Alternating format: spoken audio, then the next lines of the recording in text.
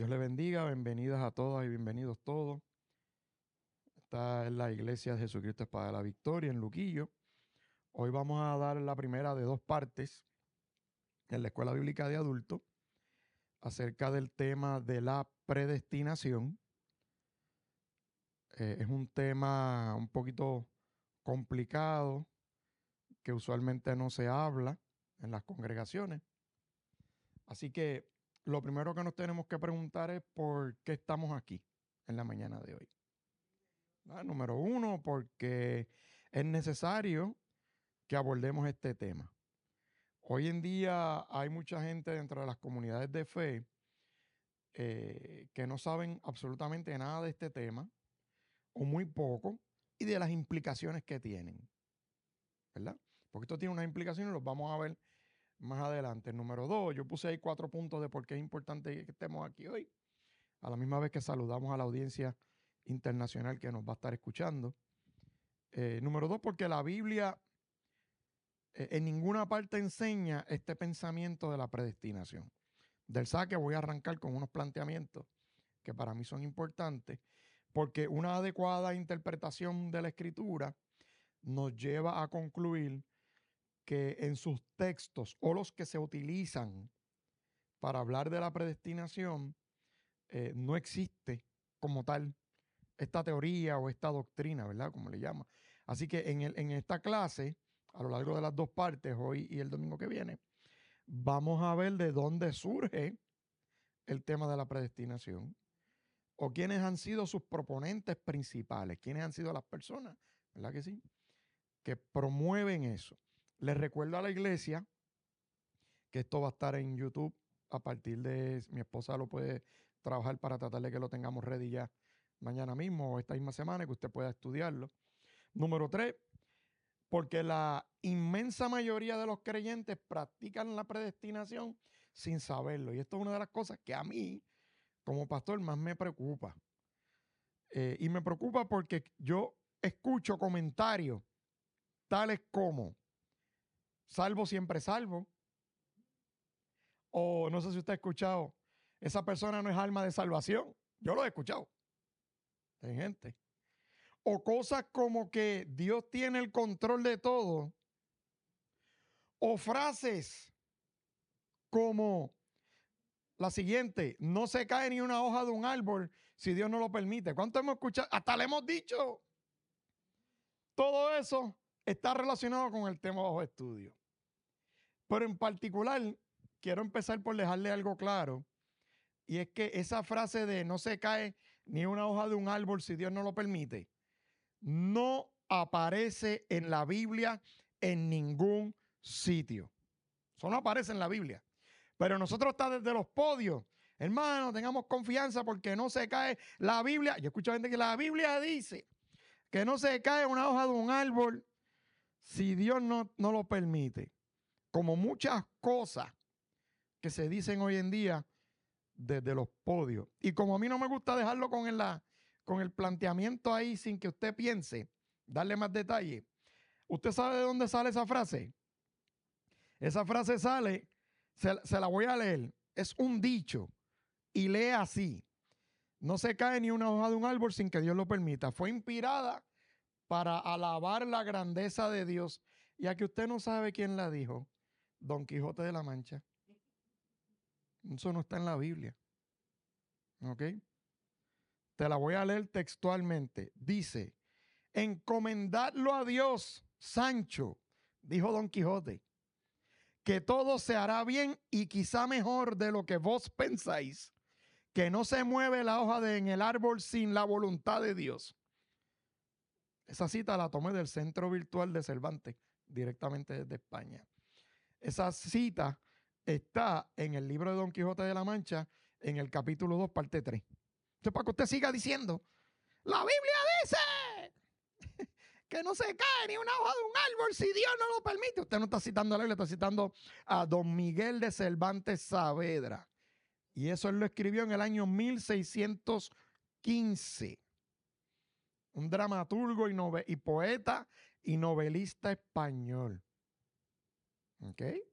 Ahora bien, lo que pasa es que los cristianos tienden a confundir esa frase de Miguel de Cervantes de Don Quijote con lo que dice Mateo 10:29, que Mateo 10:29 dice, ¿cuánto cuestan 2 gorriones? Una moneda de cobre. Sin embargo, ni un solo gorrión puede caer a tierra sin que el Padre lo sepa. ¿Ok? Sin que el Padre lo sepa. Observe bien la diferencia aquí y dónde es que se tuercha el rabo. ¿Ok? Sin la voluntad de Dios, no se cae ni una hoja de un árbol sin la voluntad de Dios, Don Quijote, versus la de Mateo, que dice sin que el Padre lo sepa. Una tiene que ver sobre el control de Dios sobre todo y la que está en la Biblia tiene que ver con el conocimiento de Dios sobre todo. Son dos cosas distintas. Y aquí del principio ya estamos viendo la mano de la teoría o la doctrina de la predestinación coladita por ahí y mucha gente cita cosas y no sabe lo que está citando. Muchas que decimos, muchas. Número 4, ¿por qué estamos aquí? Porque Dios así me encomendó hacerlo. Y como Dios es quien me encomendó hablar de estos temas, pues agárrese los calzones y la falda, que por ahí vamos. Así que gracias al Señor, en esta clase, pues yo no estoy solo. Siempre me acompaña por ahí don No sé yo la Biblia y doña Casi ni Leo. Ellos han estado conmigo antes. Yo siempre los traigo, ¿verdad? Porque es que ellos son parte importante de los que me ayudan. No traje a los hijos, no traje al hijo, ¿verdad? No traje a Alejullo la Biblia porque, ¿verdad? Todavía está por allá con su familia. Pero don No sé yo y doña Casi forman el matrimonio La Biblia ni Leo. Y entonces por eso hay que traerlo. Porque mucha gente pues, se familiarizan con ellos y los conocen. Y hasta se comportan igual. Así que usted sabe que yo también siempre les voy a traer unas advertencias. Para mí es importante, usted me conoce.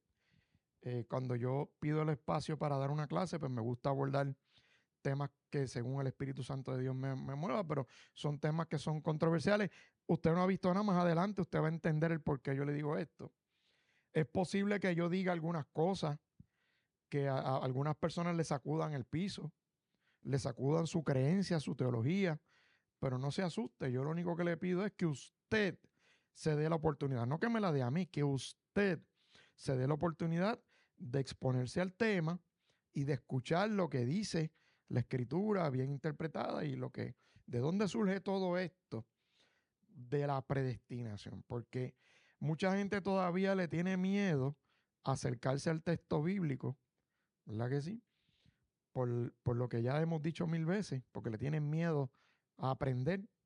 Así que es importante que nosotros estemos claros, como dice Romanos 12, capítulo 12, versículo 2, que tenemos que renovar nuestro entendimiento. Nosotros, el pueblo de Dios se transforma por la palabra de Dios, no por el sica, manda, brinca, llora, monda, mueve, corre, vuela. O sea, ese emocionalismo es bueno y es necesario como parte de la expresión devocional, pero eso no es lo que te va a dar conocimiento necesario que tú y yo necesitamos para poder afrontar las situaciones del día al día, ¿verdad? Una nota importante que le quiero mencionar, el 80% de la información que yo voy a compartir en esta clase no está en la presentación. La voy a decir. ¿Por qué? Pues porque si no tuviéramos una presentación de 100 slides, y eso no es práctico. Así que si usted no se preocupe, si usted no puede tomar nota, no le da tiempo a tomar nota, no se preocupe, mis hijos. Usted vaya de nuevo al video en YouTube. Usted tiene esa ventaja que no teníamos antes, ¿verdad? Que había que escribir a las millas, pero usted puede tomar sus notas, pero si pasó algo, si yo voy un poquito más rápido, no se quiere corroborar un dato, regrese. Al final de la presentación, también yo estoy incluyendo las 24 referencias que yo consulté. No se crea que yo me voy a parar aquí a hacer un estudio, una clase de un tema tan profundo como este y complicado usando Wikipedia. Yo no uso Wikipedia. Yo no sé si usted sabe cómo funciona Wikipedia. En Wikipedia cualquiera se mete y escribe. O sea, no son fuentes verificables. Al final de la clase yo las voy a dejar puestas para que salgan en YouTube también. Usted va a ver qué libros yo utilicé de nuestra biblioteca pastoral para preparar este material. Referencias que usted puede también estudiar y buscarlas también por ahí y seguir. Así que vamos a entrar de lleno en lo que es, antes de continuar, quiero entrar en lo que es la definición de predestinación. Yo la dividí en dos partes. Primero, según la Real Academia Española, predestinación significa destinación anterior de algo. Anteriormente ha habido un destino trazado. Ordenación de la voluntad divina con que desde la eternidad tiene elegidos a quienes por medio de la gracia han de lograr la gloria. Fíjate que es una definición secular, pero te incluye un aspecto religioso, porque te lo dice, ordenación de la voluntad divina. ¿Quién es la voluntad divina? Dios. Con que desde la eternidad tiene elegidos a quienes por medio de la gracia han de lograr la gloria. Fíjate, cuando usted lee esa definición, esa definición está bonita, porque te dice que Dios eligió que va a disfrutar de la gloria, pero no te dice del otro bando, del que no entra. Porque si Dios eligió a unos para salvarse, Dios eligió a otros para perderse. Ahí es que esto empieza a complicar. La definición según la teología, ¿ok? Doctrina que afirma que Dios ha preordenado todas las cosas desde la eternidad, incluyendo la salvación o reprobación final del hombre. Esta definición entra en materia y es la que le para los pelos a cualquiera. Cuando te dice, incluyendo la salvación o reprobación del hombre. Te da tres temas, este primer punto. Tres aspectos cubre esta definición. Número uno, la preordenación de todas las cosas desde la eternidad. Número dos, la designación previa de quienes se van a salvar. Y número tres, la designación previa de quienes se van a perder. Porque la gente que habla de este tema únicamente te habla, en su inmensa mayoría, de los que se van a salvar porque fueron predestinados o escogidos a salvarse. Más ahorita entramos en profundidad. No se preocupe, que vamos con calma. Pero no te dicen que la parte fea de esa teoría o de esa doctrina es que Dios entonces cogió uno desde la eternidad y dijo, tú te vas a perder y tú te vas a ir al infierno. Eso es lo que dice eso. ¿Okay? Segundo punto, la voluntad insondable de Dios, que tiene misericordia con quien quiere y endurece al que quiere. Hay un texto en la Biblia que Dios dice, tendré misericordia de quien quiera tener misericordia. Entonces es un texto mal sacado de contexto, porque eso no tiene que ver cuando el Señor habla de tendré misericordia de quien quiera tener misericordia, no se refiere al aspecto salvífico. Eso tiene otras implicaciones con el pueblo de Israel. ¿Ok? Así que eso fue ahí. Vamos para la próxima. A mí siempre, ahí está el ojo de Jaden, a mí siempre me gusta dejar el récord bien claro, ¿verdad? Desde el principio. En Espada de la Victoria nosotros no creemos en esta teoría o doctrina, aunque diferimos con respeto y amor fraternal de aquellos que sí creen. Así que esta iglesia no cree, no predica y no enseña la predestinación como doctrina escritural. ¿Ok? En lo que yo sí creo como pastor es en la importancia de conocerla y de estudiarla. ¿Ok? Tampoco creo en la división que existe, que se le conoce popularmente como calvinistas versus arminianos, porque yo no soy ni discípulo de Jacobo Arminio, ni discípulo de Juan Calvino, yo soy discípulo de Jesucristo. Y usted debe ser discípulo o discípula de Jesucristo, no de teólogos de ciertos años, ¿verdad? De época, que tienen postura.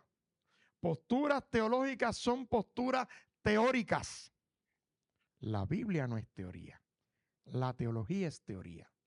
Formula pensamiento que parte del hombre. La escritura parte de la revelación de Dios al hombre. La teología o la teoría en el estudio aplicada al estudio de la materia escritural parte del hombre hacia arriba, no de Dios hacia el hombre. Por lo tanto, todo lo que nosotros podamos discutir y analizar cae en el aspecto teológico o en el aspecto teórico. ¿Ok? Por eso es que yo creo que nosotros no debemos ser identificados ni como arminianos ni como calvinistas.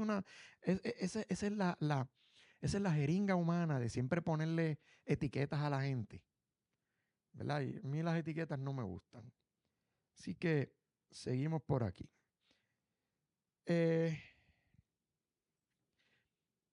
Hay 3 preguntas claves que nosotros vamos a contestar a lo largo de las 2 clases, siendo la primera, ¿cuál fue el origen de esta teoría o doctrina? La segunda, ¿quiénes fueron sus exponentes principales? Y la tercera, ¿qué es lo que postula? Si tú me estás siguiendo detenidamente, desde que yo empecé la clase hace 17 minutos atrás, ya yo te estoy enseñando y te estoy dejando ver que la predestinación no es una cosa allá para los teólogos que estudien. Está en la jerga y en la boquita de cada uno de la gente en la iglesia y no lo sabe.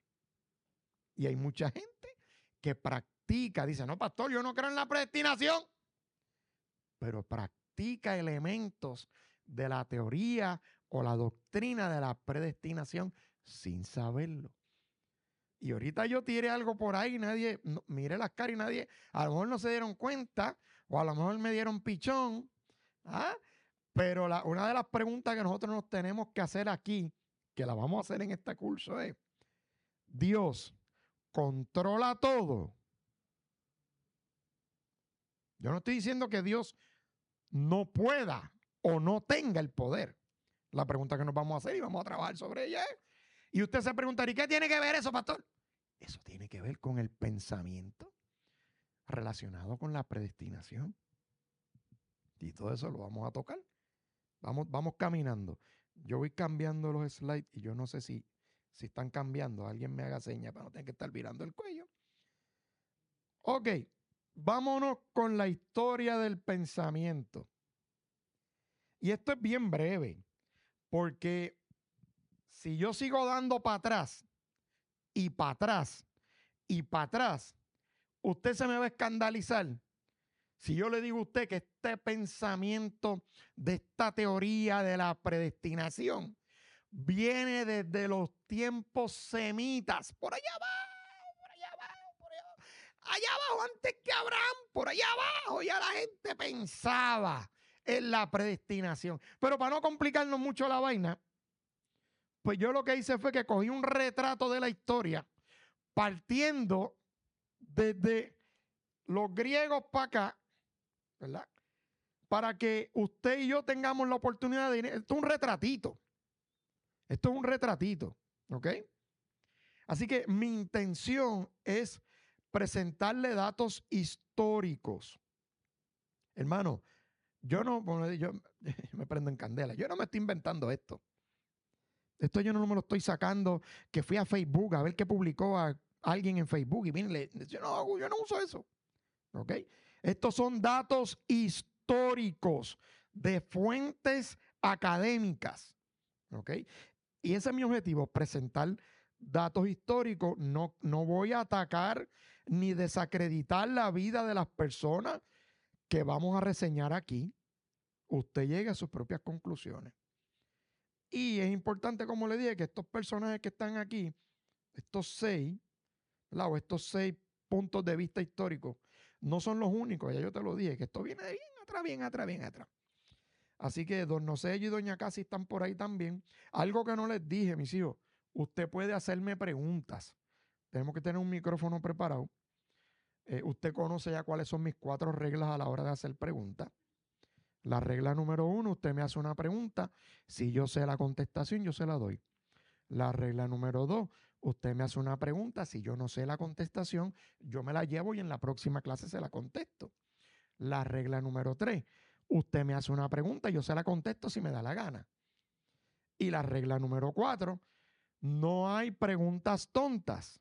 Hay que tontos que no preguntan, gente que se va con duda. No se vaya con duda. Si yo no sé la contestación, yo no sé. Se lo voy a decir, no la sé, pero te la busco. Vamos a empezar con Platón. Y usted pensará que tiene que ver esto con lo que dice la Biblia de la predestinación en romano y todo esto. Mira, Platón, aproximadamente en los años 428 al 348 antes de Cristo, fue discípulo de Sócrates, filósofo de los pensadores, ¿verdad?, de esa época. Pues Platón planteó el mito de la preexistencia de las almas y la reencarnación. ¿Usted ha ido al cine o usted ha visto alguna película de esas películas de los dioses griegos? Por ejemplo, como una que le gusta a mucha gente en la iglesia, de Thor. Ahora la perdieron ya. Hay una película de los años 80 que yo la vi cuando yo era chiquitito, que se llamaba Clash of the Titans, que es un clásico. Pues en esa película hay una escena que está el dios, el dios Zeus, ¿verdad? El dios grande. Y hay muchas estatuitas en el panteón, muchas estatuitas que son las almas, las vidas. Entonces él cogía una estatuilla y la tiraba y ahí era que nacía un ser humano. Esto es mitología griega, ¿tú sabías eso? Pues Platón, Sócrates y toda esa gente creían en la preexistencia de las almas. Ahorita voy a entrar en ese tema un poquito más en profundidad, no se asuste. O sea, que la preexistencia de las almas, ellos creían, como hay cristianos que creen que la gente, que los bebés que nacen ya preexistían. Pues yo le dije a Brenda que me velara para que me mantuviera en control. Platón fue un gran exponente del mito griego del dualismo. No voy a meterme en el dualismo porque eso es materia de otra clase. Pero voy a tocar unos puntitos del dualismo. Platón decía que el universo es el resultado de la intervención de un ser superior. Hasta ahí yo no tengo problema con eso. Porque la Biblia dice que Dios es el Dios supremo de todo, ¿verdad? El alfa y el omega, el principio y el fin. Antes de él ninguno, después de él ninguno. Yo no tengo problema con eso. El problema es con lo otro que él dice. Un diseñador o arquitecto del mundo que se llamaba el demiurgo. Eso es lo que creían los griegos. Entonces el demiurgo no era Dios, ¿verdad?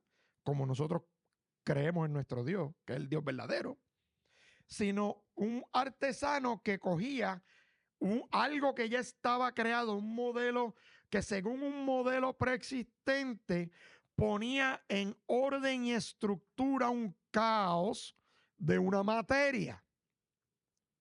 Eso es lo que pensaba Platón y lo que piensan, y hay unas corrientes bien duras en cuanto a eso. Y no me voy a meter de nuevo en el dualismo, si tiene, eso es otro tema. Eso es para la academia, no es para la escuela bíblica. Pero lo que te quiero presentar aquí es que Platón postulaba el mito de lo que se conoce como la reminiscencia. Reminiscencia.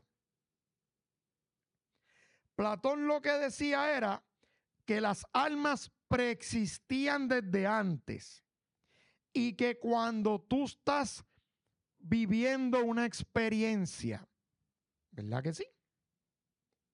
Cuando el alma está viviendo una experiencia, que cualquier aprendizaje, conocimiento humano, no tiene que ver con cosas nuevas que tú estás aprendiendo. Por ejemplo, te voy a dar un ejemplo. Hay niños que nacen con un talento para la música. Hay otros que nacen con un talento para la ciencia. Los médicos, yo siempre he dicho que esa gente son brillantes, ¿verdad? Pues entonces, este punto de esta teoría o este mito griego, platónico, lo que decía era, espérate, ellos ya eran eso antes, ya ellos venían con eso de antes. O sea, ellos no están aprendiendo, los niños no están aprendiendo piano. Es porque ya ellos tocaban piano en la eternidad. Porque ya ellos preexistían, esa alma ya preexistía, no hay nada nuevo. ¿Me están entendiendo? Sígueme porque te estoy llevando por partes y cuando terminemos todo esto, tú vas a entender que tiene esto que ver con la predestinación. Él planteaba que las experiencias que vivimos, los humanos, es el recuerdo de las ideas que nuestra alma había contemplado durante su existencia primera en el mundo de las ideas. O sea, una reencarnación, en parte. Pero toda esta gente creían en la reencarnación. Así que, ¿cuál es la importancia de Platón y del pensamiento griego? Que él creía que los humanos preexistíamos. Oiga, hay cristianos que creen eso. Hay cristianos que creen que preexistíamos en algún lugar. Y usted va a decir, pero pastor, ¿cómo va a ser? Los hay. Hay gente que cree en eso bien fuerte. Voy a ponerle el enchufle a mi batería. Así que me dejé a pie. Vamos a hablar ahora de los esenios. Los esenios, más o menos, vivieron esa secta entre el 150 antes de Cristo hasta el 70, que fue con la destrucción del templo. Más o menos ahí fue que dejaron de existir. Por eso se metieron, por eso es que ellos escondieron los manuscritos en las cuevas de Qumran del Mar Muerto. Por eso es que han habido los grandes descubrimientos de los rollos del Mar Muerto, esos fueron ellos, ¿verdad? Porque ellos escondieron toda su literatura porque los extinguieron los romanos. Las invasiones romanas y todo eso mataron a medio mundo como parte de, ¿verdad? Y la historia, todo eso está en los macabeos, pero como usted no lee el libro, pero eso es otro día. Los esenios eran una comunidad asceta. ¿Tú sabes lo que significa asceta? Asceta significa que se rechazan toda especie de cosa que ellos interpreten como mal. Y así hay mucha gente en las iglesias hoy en día. Yo no voy al cine porque eso es del diablo. Esa es la silla del encarnecedor.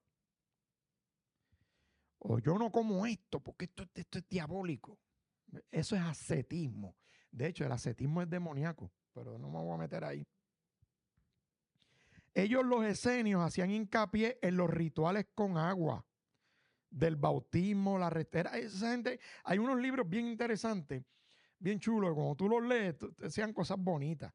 De hecho, los esenios no eran solamente una comunidad de hombres, tenían familia, tenían esposas, algunos eran tolerantes en cierta medida, un poquito más adelantados, no al principio era una comunidad monárquica, humana, de varones, después fueron abriéndose a esposas, a tener familia, y entonces tenían rituales de agua para todo, purificación para todo, se bañaban varias veces al día, era una comunidad bien, ¿verdad? Se dedicaban, y por eso es que usted ve a Juan el Bautista. Juan el Bautista era esenio. ¿Vivía dónde? En el desierto. ¿Qué comía? Miel y qué más, langosta. ¿Vestía como qué? Ese era Juan el Bautista. Dios lo saca de esa comunidad para predicar el mensaje irónico de la liberación. Y Dios lo usa. Así que la mayoría de estos miembros de esta comunidad de los esenios en el Qumran se dedicaban a copiar los libros de las escrituras judías y a escribir comentarios. Por eso es que el Antiguo Testamento que tú y yo tenemos hoy en nuestras Biblias es bien fidedigno a los documentos más antiguos, no originales, más antiguos, porque todas estas comunidades judías se dedicaban a preservar, ese era su oficio, por eso ellos estaban retirados. Entonces, Los esenios, en relación con la predestinación, ellos declaraban que el destino era la madre de todas las cosas y que todo lo que sucedía estaba predeterminado. Platón creía en la preexistencia de las almas, preexistencia de la persona en el mundo de la idea o en el mundo espiritual. Los esenios creían que todo lo que ocurriera, lo bueno y lo malo, era predeterminado por Dios. Y estamos hablando de una comunidad que existió 150 años antes de Cristo. Mire desde cuánto para atrás. Y mire desde Platón, 403. Y si yo sigo para atrás, como le dije. Ellos planteaban que la salvación eterna, tanto como el castigo eterno, era predeterminado por Dios. Salvación como castigo, ya Dios desde la eternidad había dicho: el hermano tal, fulano de tal se pierde, mengano de tal se salva, fulano se pierde, el otro se salva. Vamos a hablar ahora de los fariseos, que fue otra secta que más o menos en los mismos años, los fariseos duraron un poquito más, pero ahí más o menos se les puede ubicar 150, 130 antes de Cristo, por ahí, 145. Acuérdense que cuando hablamos de fechas son fechas aproximadas, ¿verdad? Porque ¿cuántos celebraron el 31? ¿Cuántos despidieron el 31 de diciembre del 2022? Todos. Pues usted sabe que hay un descuadre de como 5 años, ¿verdad? Más o menos. Porque Jesús nació cuando Herodes el Grande había muerto. No, perdóname, en tiempo de Herodes el Grande. Y eso fue en el año 4, por allá abajo, antes de Cristo. Así que súmale un año para diferencia. Hay gente que, eso lo dice Mateo, hay académicos que le suman 2. Hay un descuadre de 5 a 6 años. Por lo tanto, nosotros no estamos en el 2023. ¿Nosotros estamos en qué año? Red. En el año 2017. No, más. 29. Para arriba, es para arriba. Es para arriba. Yo haciéndole coro a la gente. No, es para adelante. Somos más viejos. Pero no se lo diga a nadie. Entonces, los fariseos eran una rama importante dentro del judaísmo, que más o menos estuvieron en el siglo II, ¿verdad que sí? Hasta que se extinguieron como secta, como tal, en el siglo I después de Cristo. Usted sabe que los fariseos estaban bien comprometidos con el cumplimiento y la aplicación diaria de la ley. Los fariseos creían que la tradición, o sea, creían que tan obligatoria como la ley era la tradición oral y las prácticas y las tradiciones que el Señor Jesús tanto criticó, y las reglas de la ley hechas por los escribas a través de los años. Esa era la característica fuerte de los fariseos. Los fariseos creían en la existencia de ángeles y espíritus, en la resurrección y la venida del Mesías, contrario a los saduceos. ¿Quiénes eran los saduceos? Los del templo, ¿verdad? Que no creían en la resurrección del cuerpo, en la inmortalidad personal, tampoco creían en que hubiera castigo eterno en el futuro, ni en los ángeles, ni en espíritus. O sea, ellos rechazaban también, los saduceos, toda interferencia de Dios con el gobierno, con el mundo, ¿verdad que sí? Intervención. En cuanto al tema de la predestinación, ¿qué decían los fariseos? Miren qué interesante, los fariseos decían que ciertos actos están sujetos al destino, pero no todos, y que otros actos dependen del destino, pero no son determinados. O sea, En otras palabras, los fariseos mantenían que había una combinación de dos cosas, de actuaciones de los hombres y actuaciones de Dios. O sea, era una predestinación parcial. ¿Ok? Platón, el griego, decía que preexistíamos. Ya venían introduciendo el pensamiento de la preexistencia. Los esenios, ¿qué discutimos?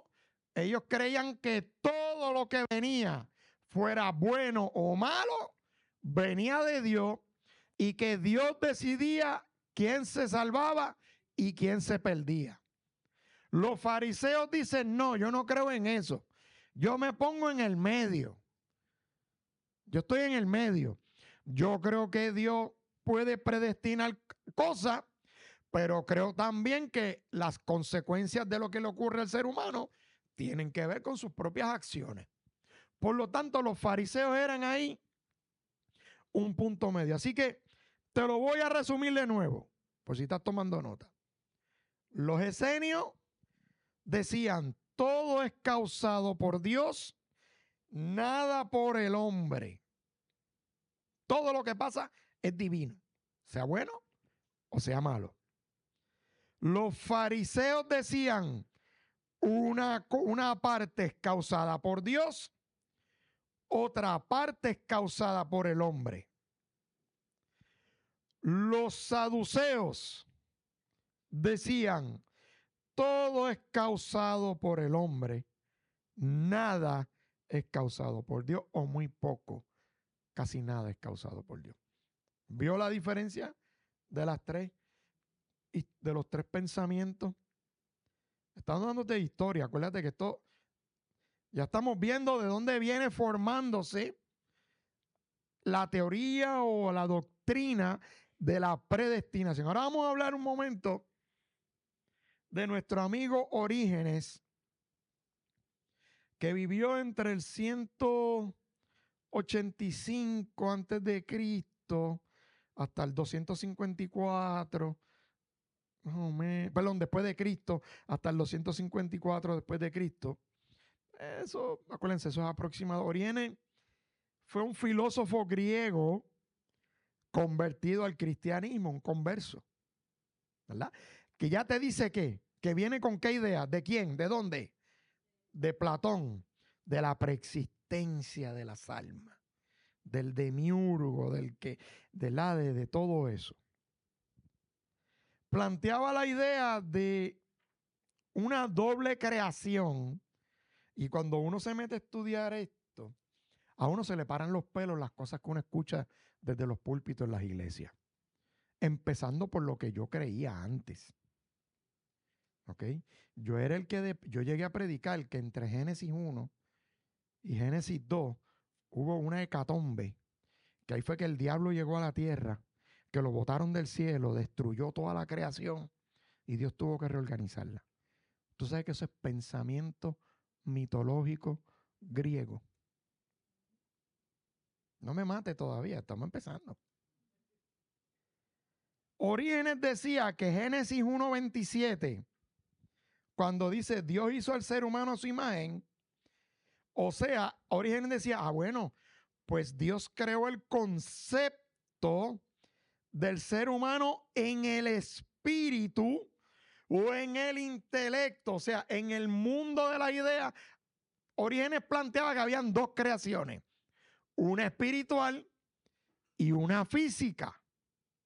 Lo mismo que todavía tú escuchas de personas que predican Génesis y hablan de dos creaciones, dos intervenciones, porque están haciendo una lectura literal del texto. Y el texto en la Biblia, si usted tomó la clase conmigo de hermenéutica, usted sabe que la Biblia en algunas partes no se puede leer literal.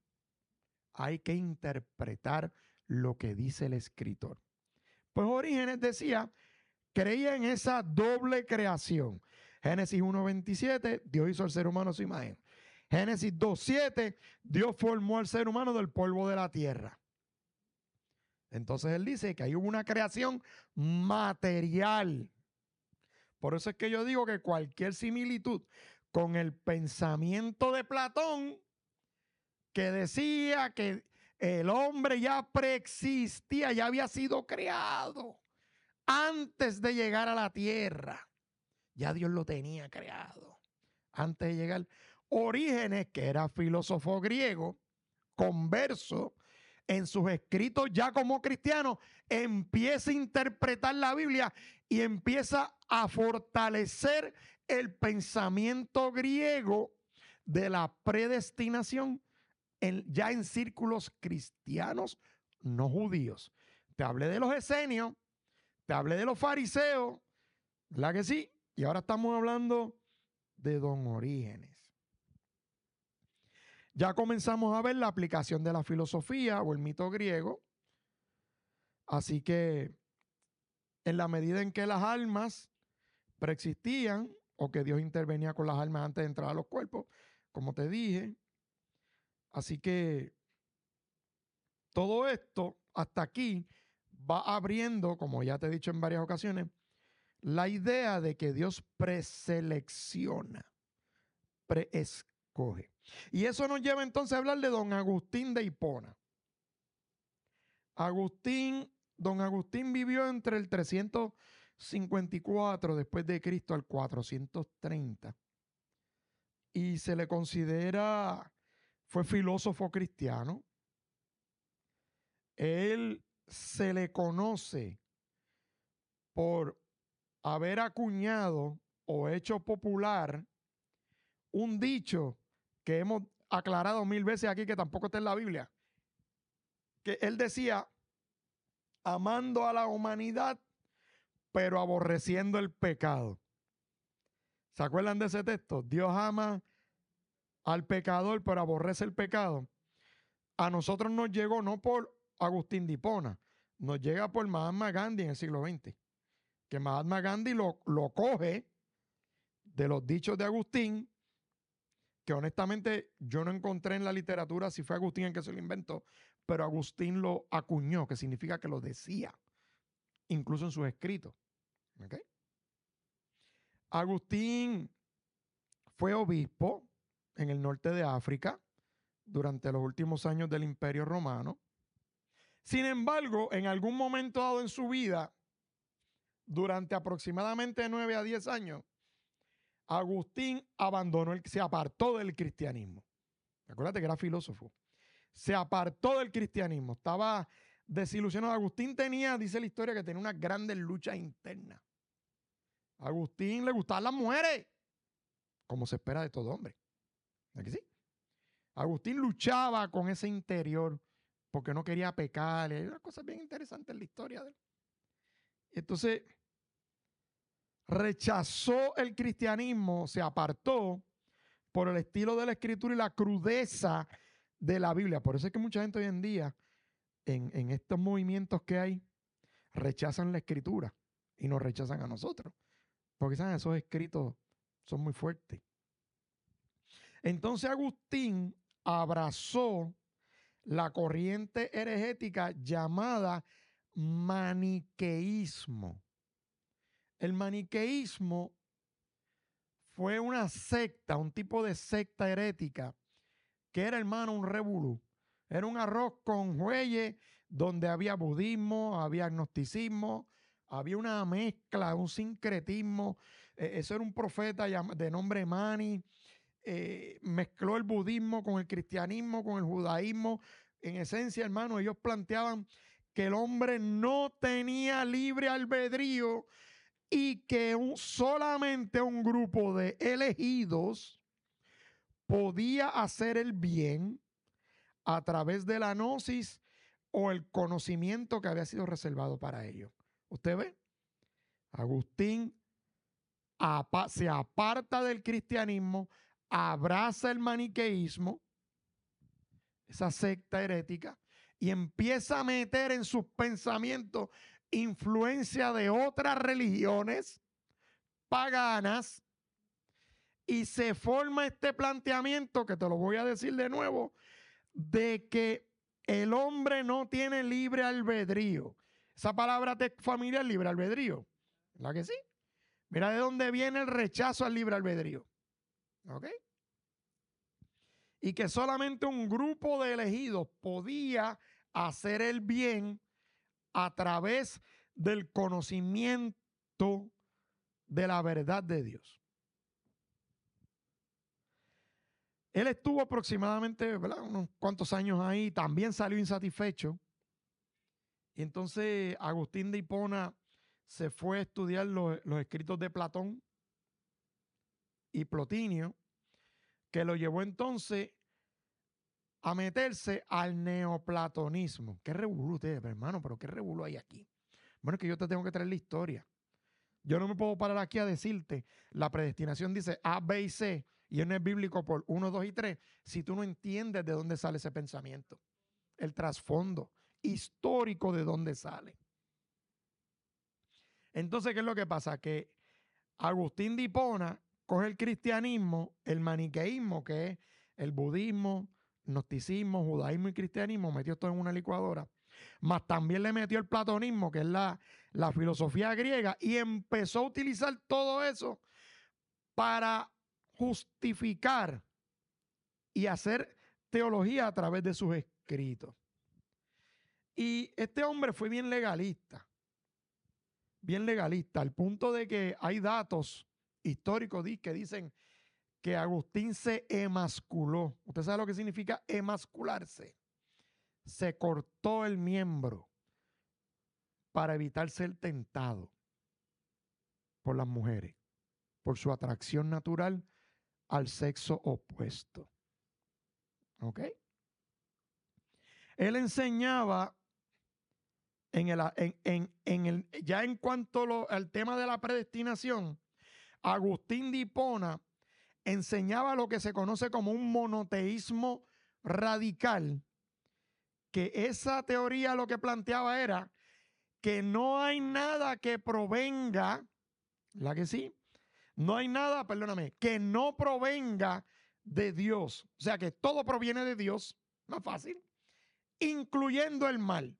Aquí llegamos al exponente más importante de la teología de la predestinación, de la doctrina o de la teoría de la predestinación, que incluye que de Dios viene el mal. Por eso es que yo digo que este tema es importante, porque usted escucha a cristianos decir ante eventos humanos dolorosos que requieren consuelo. Vamos a poner un ejemplo. Una persona X muere en un accidente de tránsito. Y esa persona X tiene familiares, y en el funeral usted los puede escuchar. Y usted puede escuchar cristianos que los consuelan. No te preocupes, Dios tiene todo bajo control. Jehová dio, Jehová quitó, sea el nombre del Señor bendito. ¿Decía quién? Job. Posiblemente el primer libro que se escribe del Antiguo Testamento. Ahora bien, cuando un sátiro viola a una niña, según el pensamiento de Agustín, Dios está en el asunto. Espérate, no se asuste de nadie. Ese tema yo creo que lo vamos a tocar en la próxima clase, si no me da tiempo de entrar hoy. Porque muchas veces, yo creo que me da el tiempo de entrar hoy, muchas veces mezclamos una cosa con la otra. El consuelo de Dios no quiere decir que Dios puso una niña para que un hombre la violara. Pues eso se llama monoteísmo radical. Y no me venga que usted ha escuchado cosas así o peores en la iglesia. No me venga. Yo una vez estuve en un funeral de una persona, una dama que fue asesinada. Y yo escuché gente que decía, pues Dios se la llevó de esa manera. Miren cómo usted va a decir una cosa como esta. Fue la voluntad de Dios que alguien matara a otra. Bueno, hay que ser un poquito más cuidadoso con lo que decimos. ¿Ok? Y entonces fue Agustín de Hipona con todo ese trasfondo que él tenía, toda esa licuadora llena de pensamiento. Él fue el que desarrolló la doctrina que es el pilar de la predestinación aún en el siglo XXI, que se conoce como la gracia irresistible. Y la gracia irresistible lo que dice es lo siguiente: que el ser humano antes de la caída, o sea, Adán y Eva antes de la caída, tenían la capacidad de pecar como de no pecar. Yo digo, pues nos está dando la razón a los que creemos en el libre albedrío. ¿Verdad que sí? Y Agustín decía que después de la caída, el ser humano puede decidir pecar, pero no puede decidir no pecar. ¿Me expliqué? Vamos de nuevo. La teoría de la gracia irresistible, y no hemos llegado ahí todavía, planteaba que en el Edén, antes de la caída del hombre, Adán y Eva podían tomar la decisión de pecar como de no pecar. Y él decía que después de la caída del Edén, de Adán y Eva, entonces la humanidad no puede decir yo no voy a pecar, sino que siempre va a pecar. Que tú puedes decidir que vas a pecar, pero no puedes decidir que no. Él decía que el humano no puede decidir. Él decía que el humano no se puede levantar por la mañana y decidir, ¿sabe qué? Hoy yo no voy a pecar. Porque él decía que ya después de la caída del hombre, a nosotros se nos quitó esa capacidad de decidir no pecar. ¿Me expliqué? Veo caras como estreñidos, ¿no? ¿Está bien? Fíjate lo que dice la historia. Entonces, Agustín dice, como el hombre y la mujer ya no puede levantarse por la mañana y decir, Señor, en tu nombre hoy y por la fuerza en el Espíritu Santo, en Jesucristo, hoy, Señor, yo me comprometo contigo a vivir una vida en integridad y no voy a pecar hoy. Porque la Biblia dice que esto es de día en día. ¿Verdad que sí? Entonces, él dice, como el hombre no puede hacer eso, pues entonces tiene que venir lo que se llama la gracia irresistible, que es la gracia de Dios que preselecciona a algunos y los influencia, los atrapa y entonces le da la capacidad de no pecar. En otras palabras, Agustín lo que planteaba era que al ser la gracia irresistible, le quita la capacidad al hombre de decidir si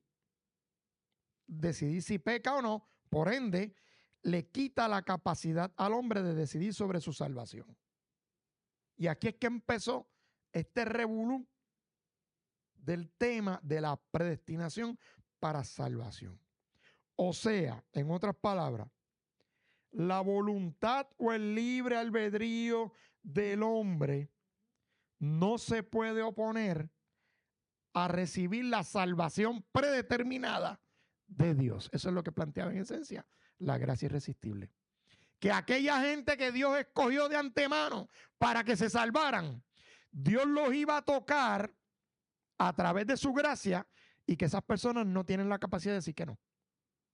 Por lo tanto, porque ya Dios los preescogió. ¿Alguien tiene alguna pregunta? ¿Me van entendiendo? Dígame si hay algo que necesito aclarar.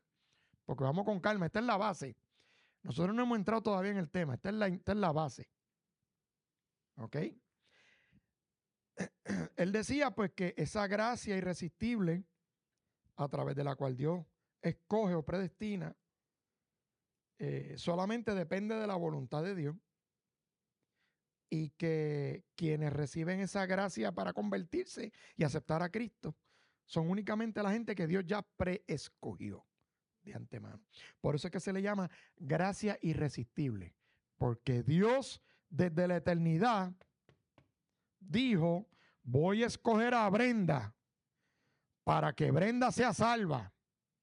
Y cuando Brenda era impía, Dios derramó su gracia sobre ella y le quitó a ella la capacidad de decidir si quería o no quería aceptar a Jesucristo.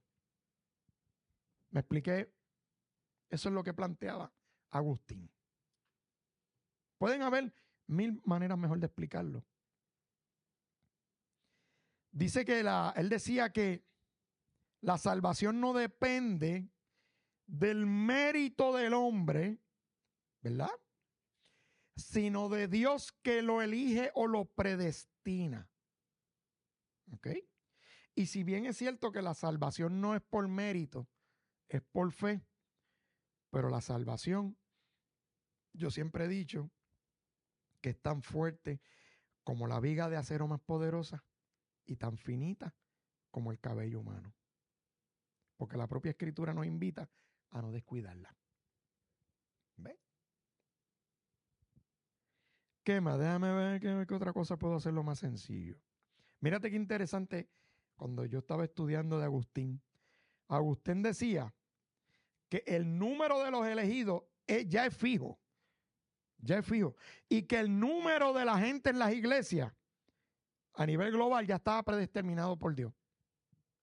O sea que si Dios predeterminó que Él iba a salvar 5,000 millones de personas, no importa que en la actualidad hayan 7,000 millones de cristianos, no, y Él dijo que Él iba a salvar 5,000 nada más.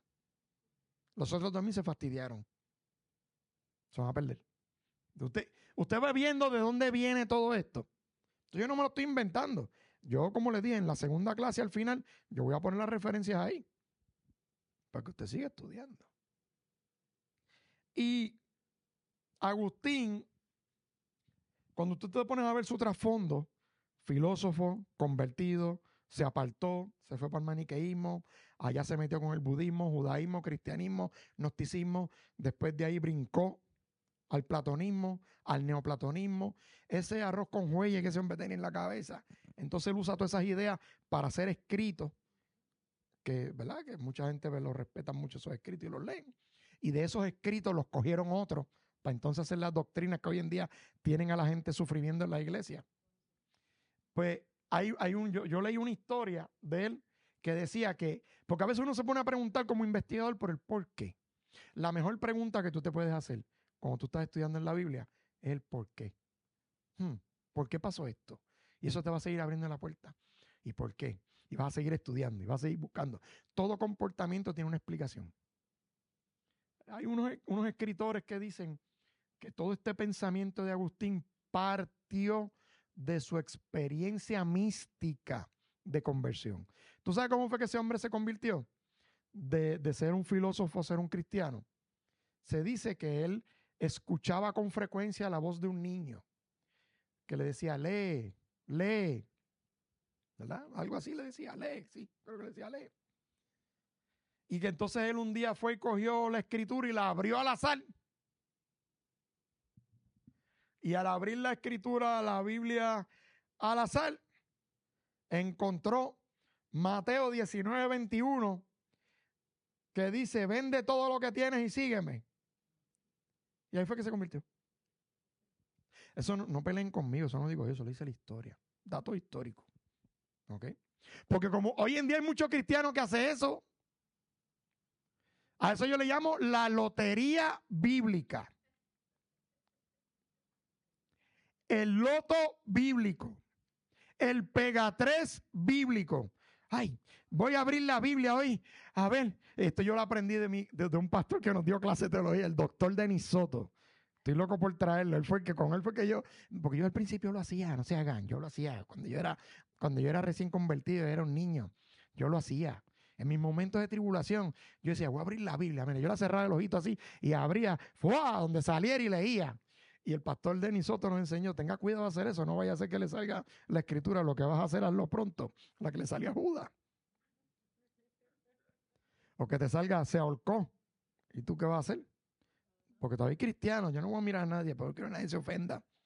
Pero hay gente que tú le dices, ¿usted juega lotería? Hermano, jugar lotería es pecado, pero te juegas lotería con la Biblia, la tiran y todo ahí, ¡wow! A ver qué sale, ¡uy! A ver. Y esto es lo que Dios quiere para mí hoy. Salió el garete.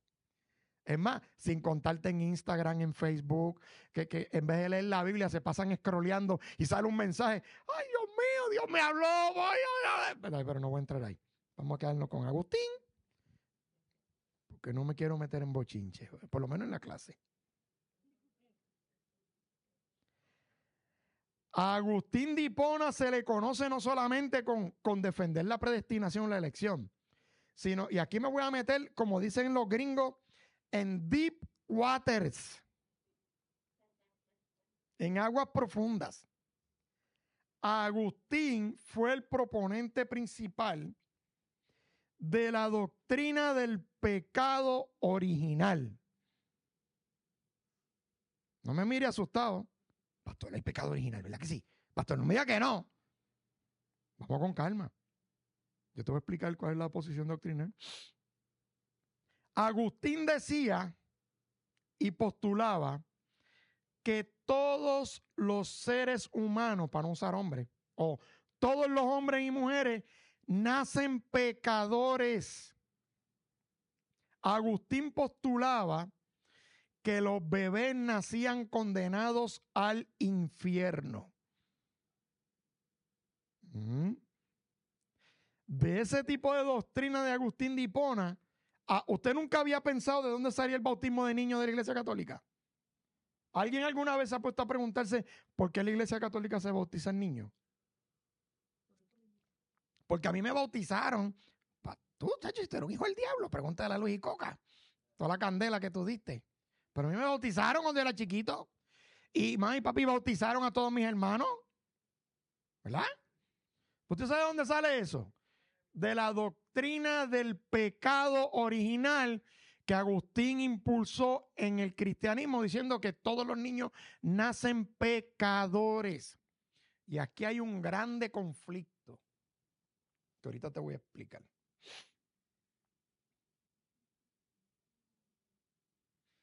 Agustín, esa doctrina que empujaba Agustín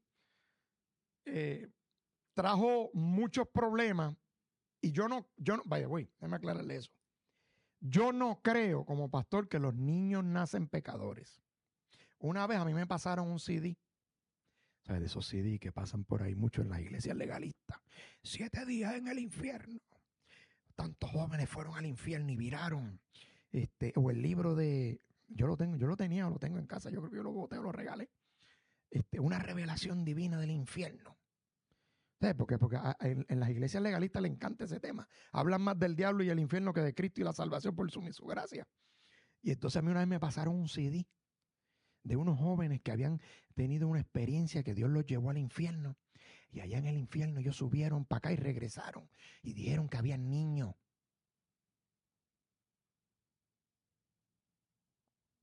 ¿De dónde sale ese pensamiento? ¿De dónde salió? ¿De quién? De Agustín de Hipona. Eso no es nuevo. Eso no es nuevo.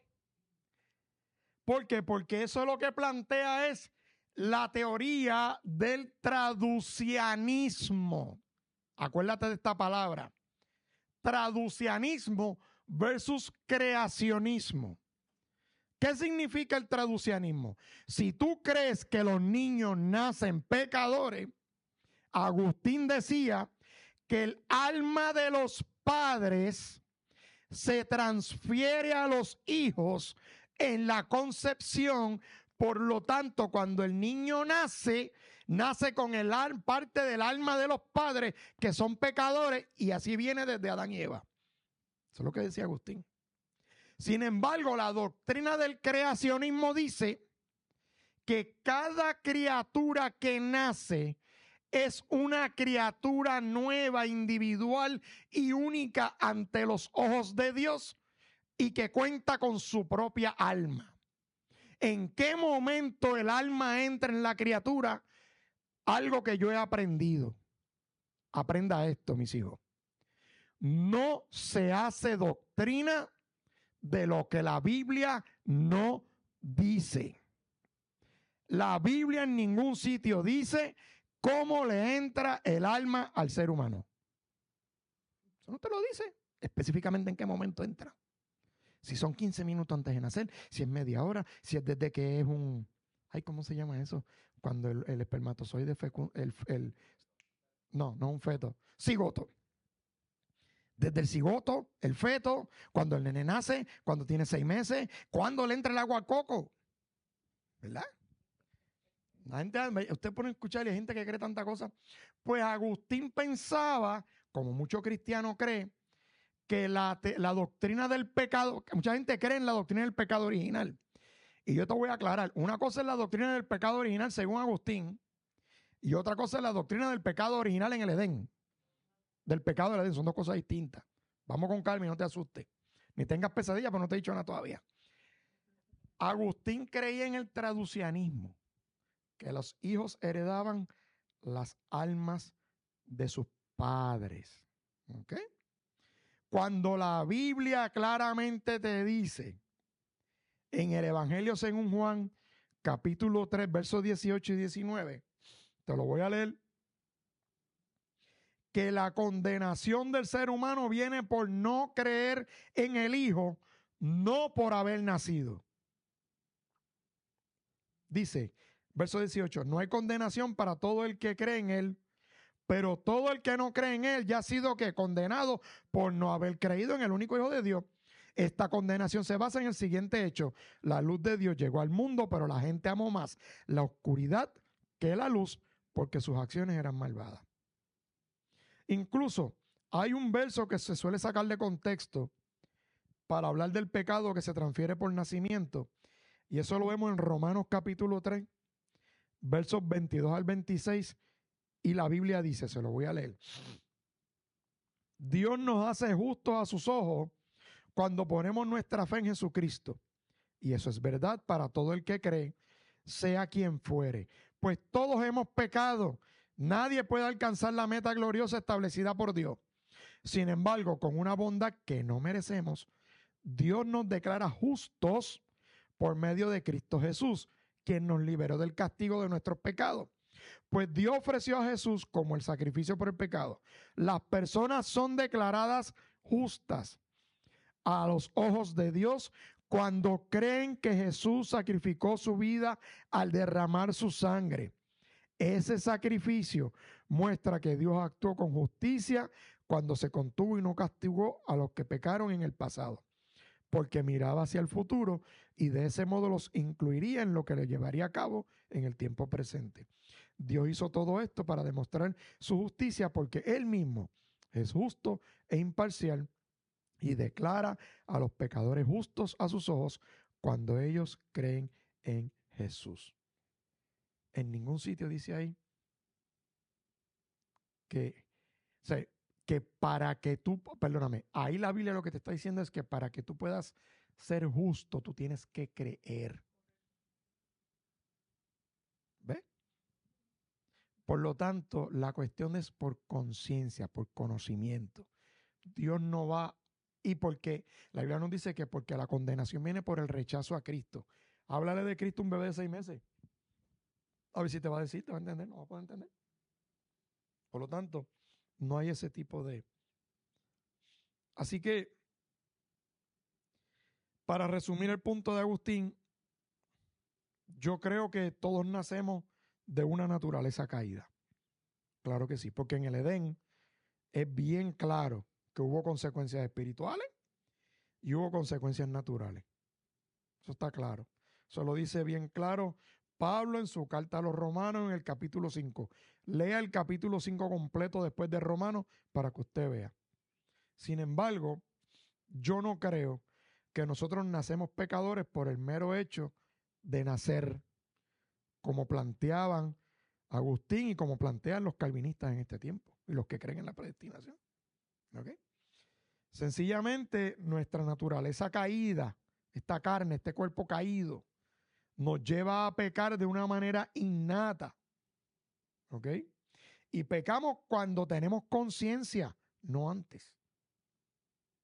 Usted no me puede decir a mí que un bebé peca. Un bebé no peca. Un niño que no se le enseñe lo que es el bien y el mal no puede pecar porque no sabe. ¿Ok? Hay unas escrituras que contradicen ese planteamiento de Agustín Y esas escrituras están en Mateo 19, 13 al 15. No las voy a leer porque no tengo tiempo, pero anótela. Mateo 19, 13 al 15, Marcos 10, 13 al 16 y Proverbios 22, 6. Para que usted vea que la Biblia dice bien clara que los niños son ¿de quién? De Jesús. Y él dice, hay que ser como ellos para entrar al reino de los cielos. Pues si hay que ser como ellos para entrar al reino de los cielos, no puede ser condenado. Ni puede ser maldito de nacimiento. ¿Ok? Ok, ahora para terminar esta parte, vamos a hablar un momento de Juan Calvino. Juan Calvino nació en el 1509, aproximadamente hasta el 1564 después de Cristo.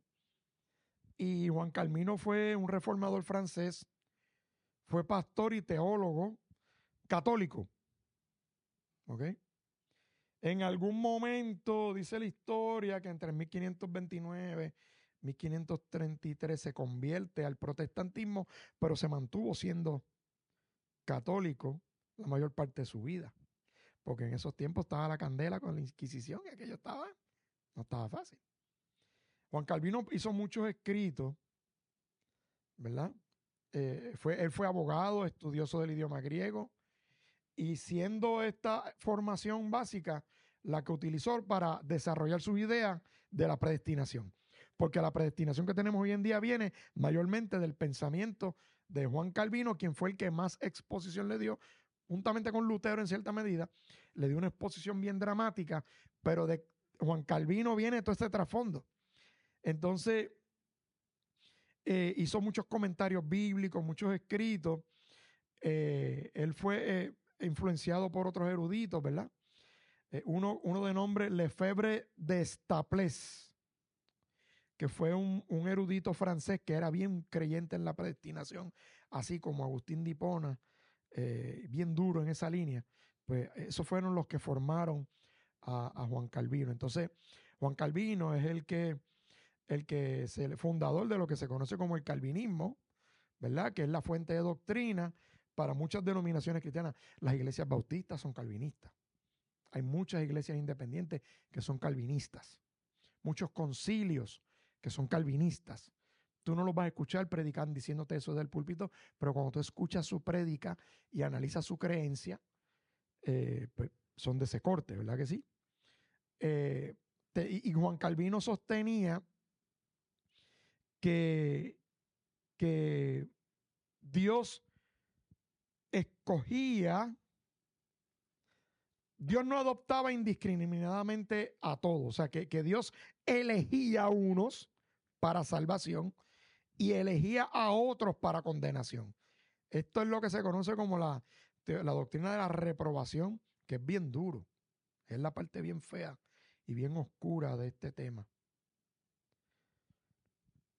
Juan Calvino decía que Dios había decretado dentro de sí mismo, ¿verdad que sí? Basado en su soberanía, lo que iba a suceder con cada hombre. Fíjate. Él decía que algunos fueron creados para vida eterna y que otros fueron creados para condenación eterna. Juan Calvino creía que la predestinación era como tirar una moneda de dos caras. ¿Verdad que sí? Un lado mostraba la misericordia de Dios, el otro mostraba su juicio. ¿Ok? Él pensaba que a pesar de que ya Dios había predestinado a unos para ser salvos y a otros para condenación, Juan Calvino defendía que como quiera había que evangelizar. Porque él decía, esa gente que Dios predeterminó que se iban a salvar, tienen que escuchar el mensaje para que esa predestinación se active en ellos. Y al activarse, entonces vienen a los pies de Cristo y se materializa la voluntad de la gracia irresistible que hablaba Agustín. Los escritos de Agustín influenciaron tanto en Juan Calvino que la literatura de Juan Calvino está plagada de los pensamientos de Agustín de Hipona. ¿Ok? Aunque diferían en algunas cosas, que no voy a entrar en eso, pero a Juan Calvino se le conoce hoy en día como el exponente más grande del tema de la predestinación, a Juan Calvino. Así que vamos a hacer un breve resumen hasta aquí. El pensamiento de la predestinación, de que esa gente no son almas de salvación, de que Dios controla todo y que todo lo que le pasa al hombre es porque el hombre es como una machinita controlada por Dios. Comenzamos hablando de Platón. ¿Qué fue lo que dijimos de Platón? Que Platón creía en qué? En la preexistencia de las almas. Eso que plantean también del purgatorio, todo eso viene de Agustín de Orígenes y de Agustín de Hipona. Todo eso del purgatorio, todo eso que se saca a la Iglesia Católica, toda esa creencia viene de por ahí también. No hay nada nuevo, yo se lo dije hace un tiempo, no hay nada nuevo. Todo lo que usted ve por ahí ahora, el flow, viene de ahí. Después, ¿qué creían también los esenios? ¿Y qué más creía Platón, aparte de la preexistencia? Demiurgo, que era un tipo el dualismo. ¿Qué hablamos de los esenios? Que todo lo que ocurría, fuera bueno o malo, venía ¿de quién? De Dios. Y que todas las almas estaban ¿qué? Predestinadas. ¿Ve? Y que eran ascetas también. ¿Y qué hablamos de los fariseos? ¿Se acuerdan? Los fariseos son como el ELA. El medio. Ajá. Es un chiste mal gusto, pero está bien. Que ciertos actos están sujetos al destino y otros a consecuencias. Fíjate qué revolú del pensamiento, ¿verdad? A mí me encanta estudiar historia, porque cuando yo veo las cosas que yo escucho y veo, ya yo sé de dónde vienen. Ya yo sé de dónde viene todo esto. ¿Qué más hablamos de los fariseos y algo? ¿Quién se acuerda? Ahí resumimos de las tres escuelas. La existencia de los ángeles y todo eso. ¿Qué hablamos de Orígenes? Orígenes era ¿qué? Filósofo también, ¿no? Ajá. ¿Qué decía Orígenes? Que cogió la escritura y la dividió en dos y dijo, hubo una creación espiritual y hubo una creación material. Muy bien. Y todo eso, ¿qué más dijo Orígenes con relación al tema de la predestinación? Que ya Dios había en la creación. Claro, porque ya al haber una creación espiritual, era una creación en el mundo de las ideas, igual que Platón. ¿Se acuerdan? ¿Y qué pasó con Agustín de Hipona? ¿Qué se acuerda? Agustín fue el propulsor más fuerte del tema de la predestinación para elección, para salvación y para condenación. Y después llegamos a Juan Calvino, que lo que hizo fue que cogió todo ese sancocho de ideas que vienen desde el 400 antes, incluso desde antes, porque este pensamiento es semítico de la preexistencia de las almas. Esto viene de muchos, muchos años. Juan Calvino lo coge todo eso y entonces a base de su formación lo reinterpreta y crea la doctrina de la predestinación. Y el último slide que voy a discutir antes de terminar hoy, porque entonces lo otro, la gandinga nos la vamos a comer en la segunda clase. La predestinación tiene tres postulados principales. ¿Qué es lo que dice la predestinación? Tres cosas principales. Te di toda la historia de dónde viene. Cuando nosotros miramos la historia del pensamiento, ¿qué podemos concluir de la predestinación? Usted tiene más o menos hasta ahora, mirando más que la historia, ¿podemos decir que la predestinación es un pensamiento basado en la Biblia o basado en la filosofía? La filosofía, ¿verdad que sí? Y hablamos un poquito de algunos de sus exponentes. O sea, que ese pensamiento viene cargado de ¿qué? De mucha ontología. ¿Ok? Así que la predestinación tiene 3 postulados y aquí vamos a parar hoy porque en la próxima clase y la última, la semana que viene, vamos a entrar en los 3 postulados a profundidad y en las conclusiones.